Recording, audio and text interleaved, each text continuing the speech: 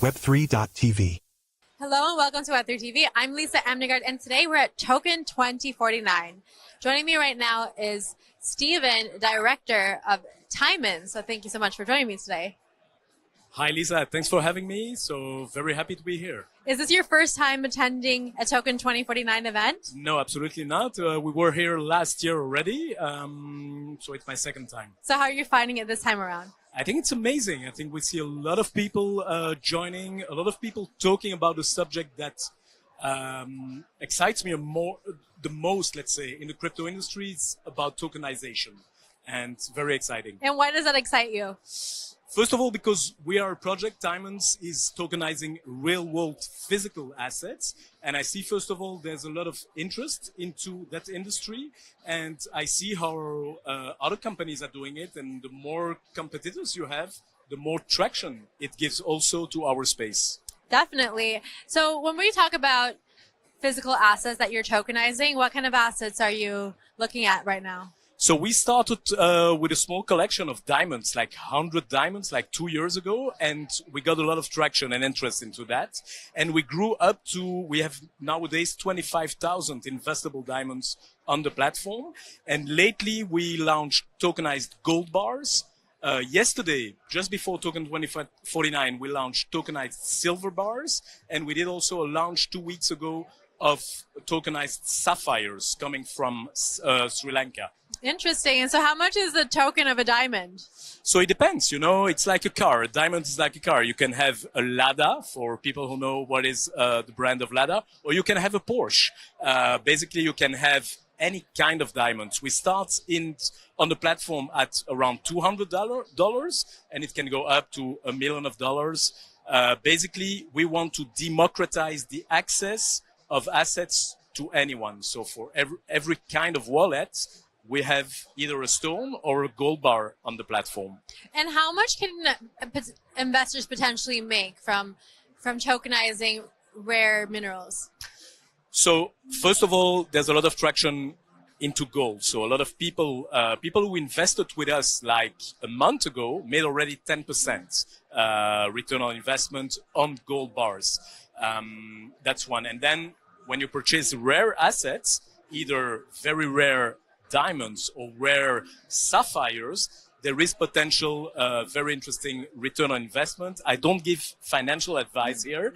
But on top of that, we are also giving rewards to people. So when they purchase the assets, we have a third party who keep it in a vault. And for the time that they're holding it, they will be earning tokens, native tokens of the project, which is total tokenization.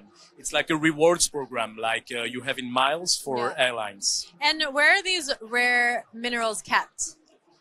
So first of all, we purchase directly from mines, either in Botswana, South Africa, we have a mine in Sri Lanka as well, and India.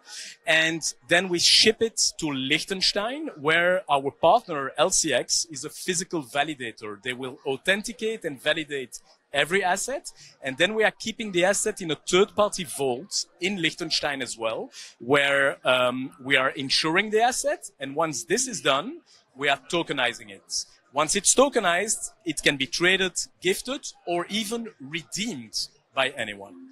And when we think about tokenizing real-world assets, there are many people that, you know, especially when it comes to rare minerals, that, you know, maybe the rare minerals aren't actually there. So there are a lot of risks involved. So from your advice, what can you say to potential investors who are looking into investing into a company like yourselves? What should they be looking out for? So it's a right point. And I think this is why we started the company and we looked at the legal and regulatory framework first. Security, insurance for every user. And that's why we partnered with LCX, which is a physical validator. So basically they are looking at the assets, authenticating them, giving the proof that they are real and existing. And then this proof is put on chain. So it's a total proof of the existence of the asset. Now, once we log the asset in the vault, we're also adding a Lloyd's Insurance of London on every asset. So basically it's an audit, but on chain as well. So that's a proof of security for the users. So that's really good for the users to know, to make sure that they invest in companies like yourselves that are doing all these different compliances in advance. But lastly, I just want to ask you about tokenization in the UAE has it's been trending for some time, and the regulatory framework is very favorable for that. So how are you finding it as representing a company? How are you finding the landscape here? First of all, the landscape is very attractive. I think a lot of people are talking about tokenization. I know they have these systems put in place for regulatory and legal processes. We are looking at that as well. So looking to expand and to look at other regions to be able to tokenize assets also here, let's say, in the UAE. And looking forward to start working maybe here. Yeah, perfect. And if anyone wants to learn more about Tiamonds, where can they find you? So you can find us on X, at Tiamonds, or on our website. You can read everything. We also give a lot of educational content on the website, tiamonds.com. Perfect. Well, thank you so much for speaking with me. It's been a pleasure. Thanks. And I'll be bringing you more interviews. My name is Lisa Amnegard, and you're watching Web3 TV.